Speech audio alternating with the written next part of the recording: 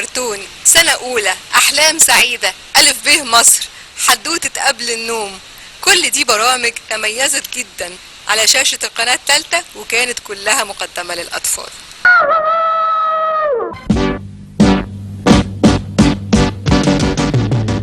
كاكي كاكي كاكي كا بطا قطا انتكا بطا بطا تصحى آخر سطاطا قطا بطا مبلصة بس العيش متعلقصة.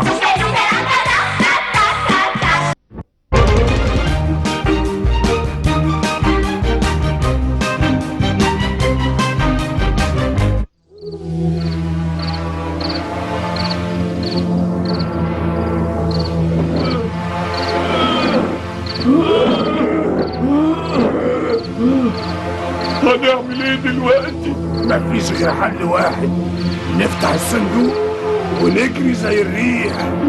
وتفتكر هنلحق؟ ربنا يستر بقى.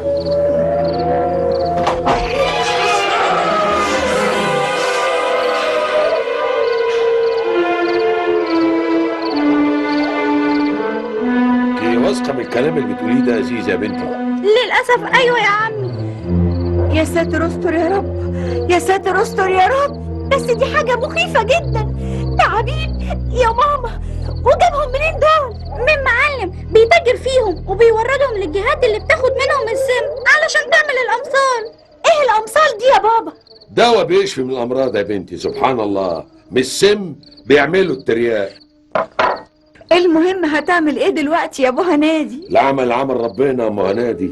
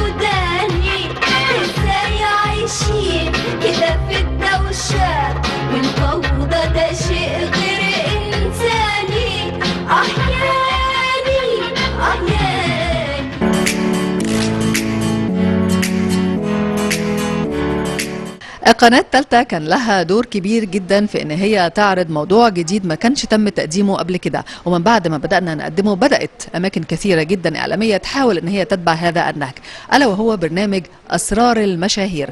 من خلال هذا البرنامج كان بيتم تقديم وبيلقي الضوء على الاجزاء غير المعروفة في حياة المشاهير، مش بس في مصر لكن كمان على مستوى العالم. برنامج اسرار المشاهير الحقيقة تناول عدد كبير جدا من الفنانين والشخصيات ايضا المعروفه، ليس فقط الفنانين.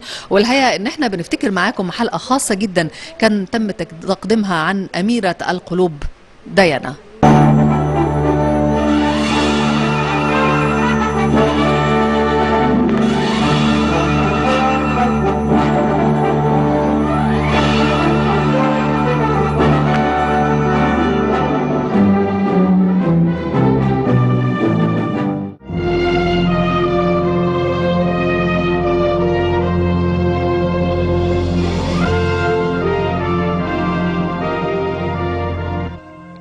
معكم نلتقي من جديد وأسرار جديدة للمشاهير. Never seen you looking so lovely as you did tonight. Never seen you shine so bright.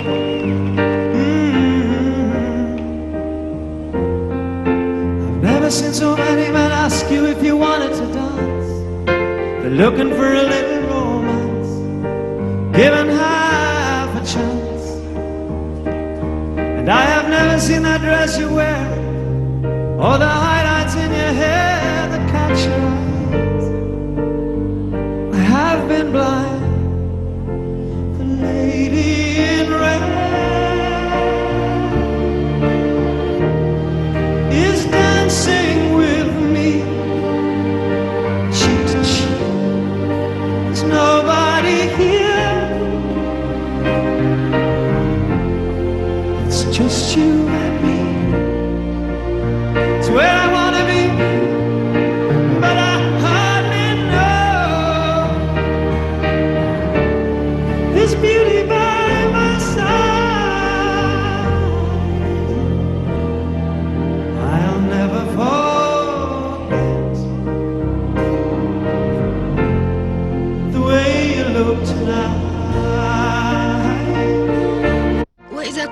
نتحدث عن الجمال فيجب أن نتحدث عن أميرة القلوب والتي تربعت على عرشها، هي السندريلا الأسطورة ديانا سبنسر.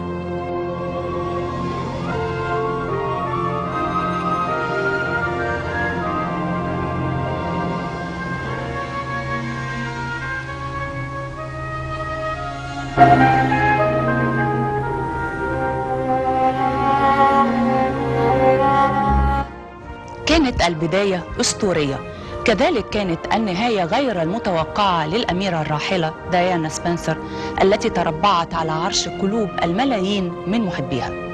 ففي الثمانينات من القرن الماضي أدركت ديانا بقلب امرأة شابة في 18 من عمرها أن المبالغ الطائلة التي صرفت على هذا الزفاف الملكي الأسطوري وعلى هذه الحياة الملكية المرفهة لا تكفيان وحدهما لإقامة زواج ناجح، لأن هذا الأمير الذي أخذها على ظهر حصانه كان بعيدا عنها بقلبه وغارقا في علاقة مع امرأة أخرى، مما سبب لديانا بعد ذلك في اضطرابات شديدة وقيود لم تتوانى لحظة واحدة عن تكسيرها.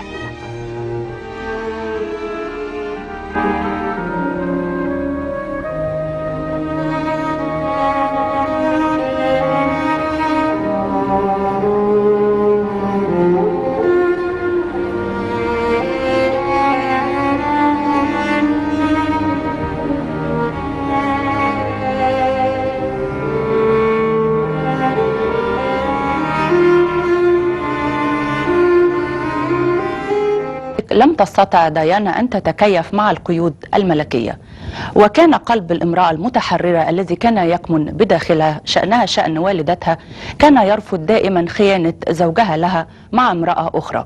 وبدأت حياتها تشهد سلسلة من الفشل، بدءا بمحاولتها التقرب من الأمير تشارلز والتقرب من هواياته المختلفة، سواء كانت هواية القراءة التي كان يحبها حبا شديدا أو رياضة البولو والصيد والتي كانت لا تميل إليهما لدي ديانا. بدأت سلسلة الفشل تواجه ديانا، وبدأ ذلك يظهر عليها بأعراض مرضية مثل مرض البوليميا الذي ظهر عليها. وبدلا من أن تنفر الجماهير من حولها بالعكس تقربت إليها الجماهير وازدادت تعاطفا وحبا لها، وازدادت نفورا من الأمير تشارلز الذي كانت تعتبره رجلا بلا قلب.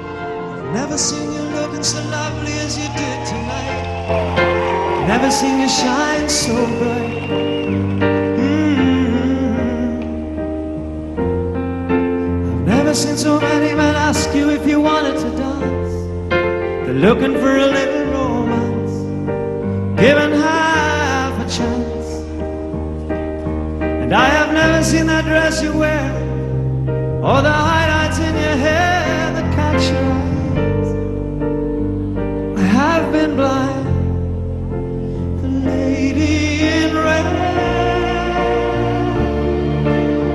جاءت الأحداث التي أحاطت باللحظات الأخيرة من حياة ديانا لتزيد من حياتها إثارة وغمودا، وكانت هذه التساؤلات بمثابة إشارة إلى أن هناك أصابع خفية وراء هذا الحادث.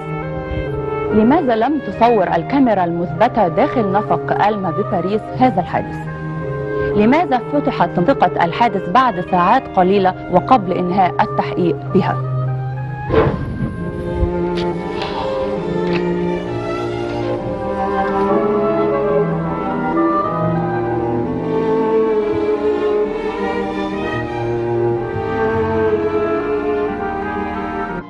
Never seen you looking so lovely as you did tonight. Never seen you shine so bright.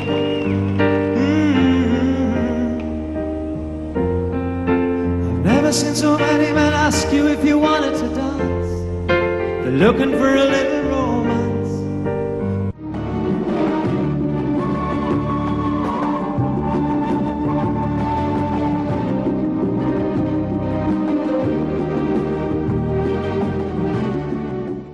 مشاهدينا الكرام، أهلا بكم معنا ولقاء جديد يجمعنا ونموذج ناجح ليس فقط في الحياة العملية ولكن أيضا في الحياة الزوجية. مشاهدينا أهلا بكم معنا وأزواج وزوجات.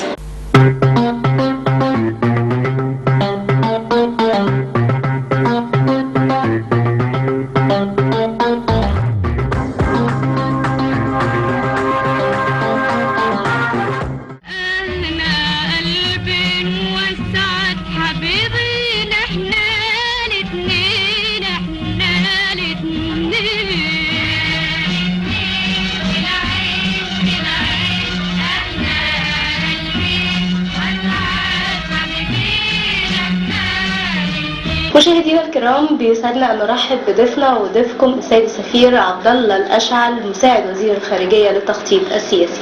نرحب بسيادتك يا فندم. اهلا وسهلا.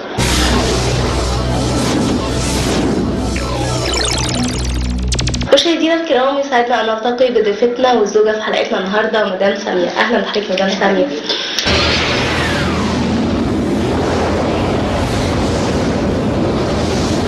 هو الدبلوماسي لابد ان يكون مطلعا، ولابد ان يكون مثقفا بالمعنى الواسع الكلمه، ولابد ان يكون مستخدما لعقله. استخدام العقل دي عمليه كبيره جدا. استخدام العقل تعني ان هو لا يكون موظفا، يعني معنى ان هو لا يتداول فقط الافكار الوارده في بعض المذكرات، لكن يستطيع ان يطورها ويعرضها على عقله باستمرار. وبعدين اذا كان في نقطه معينه يستطيع ان يطلع على تحليلات متعدده من مصادر مختلفه، بحيث انه اذا قدم تحليل لنفسه لابد ان يكون تحليل وافي ومقنع وله وجهه نظر قد يكون مختلفه وقد تكون متطابقه. الشهادات ليست اساسيه بالنسبه لعمل الدبلوماسي.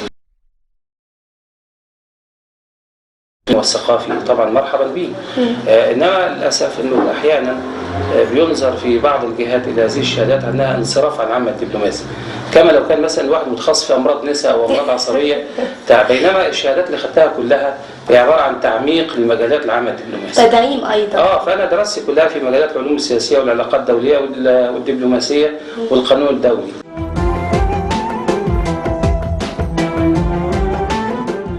مدام سامية، هنبدأ مع حضرتك، وزي ما حضرتك قلتي رحلة زواج ما شاء الله 32 سنة ومستمرة بإذن الله بكل النجاح اللي حققته، ونبدأ مع حضرتك بطريقة التعارف والزواج كانت ازاي مع سيادة السفير عبد الله الاشعل.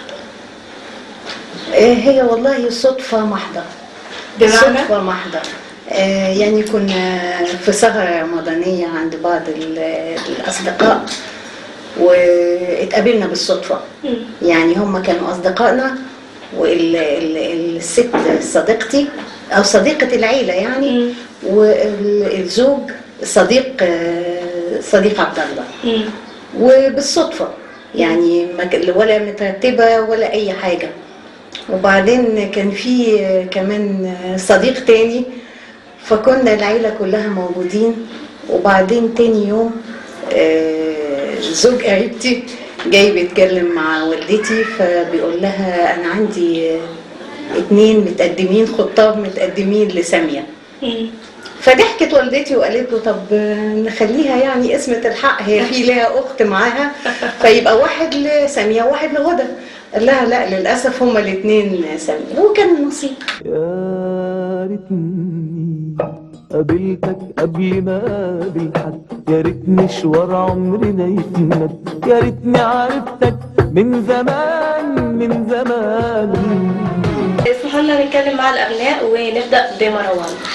كليه الحقوق سنه 4. اختيارك في كليه الحقوق كان ليه؟ والله هو القانون وراثه والعلم وراثه، وسيادة سفير متعمق جدا في القانون وحجه في مجالات عديده من القانون والسياسه والتحكيم وحاجات كتيره جدا. فانا قلت يعني يبقى نفس الكارير، يبقى اقدر اورث منه حاجه من الحاجات ديت، لان هي دي الحاجه اللي بتبقى يعني اكيد، وهو ده اللي هيبقى يورثها لي كويس ان شاء الله. عمونا بقى ونقول انت نفس تخصص الوالد، اقتصاد وعلوم سياسيه. برضو اعرف اختيارك للمجال كان ليه؟ انا طبعا برضو كنت متاثره بدي جدا، ودايما احنا بيتنا مليان كتب ومليان مقالات، ودايما هو كان بيخلينا نقرا من واحنا صغيرين، فكان نفسي ابقى زيه بصراحه. وانا يعني احنا عرفنا ان قد ايه بابا كان دايما مشغول، سواء كان في سفريات او في عمل او في مجال ابحاث، يعني الحياه مليئه بالعمل معاه باستمرار. هل انت كبنت كنت دايما يعني تحتاجي ان انت تقعدي معاه تتكلمي معاه، ولا كان ليكوا وقت مخصص ليكوا باستمرار بنجتمع فيه بنناقش فيه اي امور عائليه؟ كان دايما طبعا في وقت، في الاوقات اللي هو مش موجود فيها يعني طبعا كنا بنفتقده وكل حاجه، بس كنا دايما بنبقى مبسوطين قوي بيه، ان لما بيطلع في التلفزيون او بنقرا له حاجه في الجورنال بنقول لاصحابنا ده دايزي، وبنبقى دايما مبسوطين ان هو يعني he's busy doing حاجه مهمه.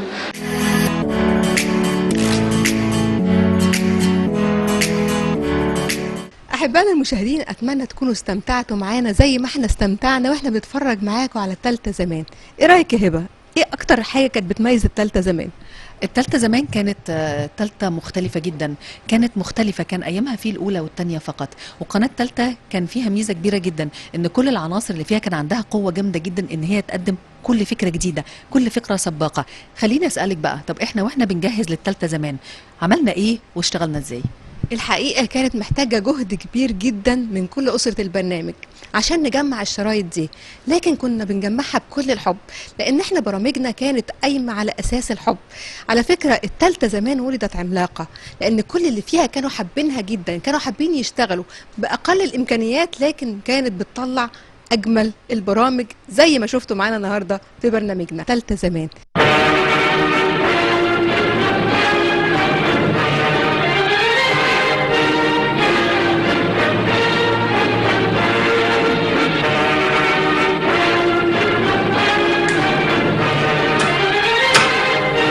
مشاهدينا الاعزاء، اهلا ومرحبا بكم معنا ولقاء متجدد. كان المسلسل العربي الجحيم رجل، المسلسل من اخراج محمد يمكن السعر سهل شويه، الكؤوس والميداليات على الفرق الفائزه. وفي هذا الصدد يسعدني ان يكون ضيفي في هذا اللقاء. الساعة 6 من مساء يوم الأربعاء الموافق 8 سبتمبر 93.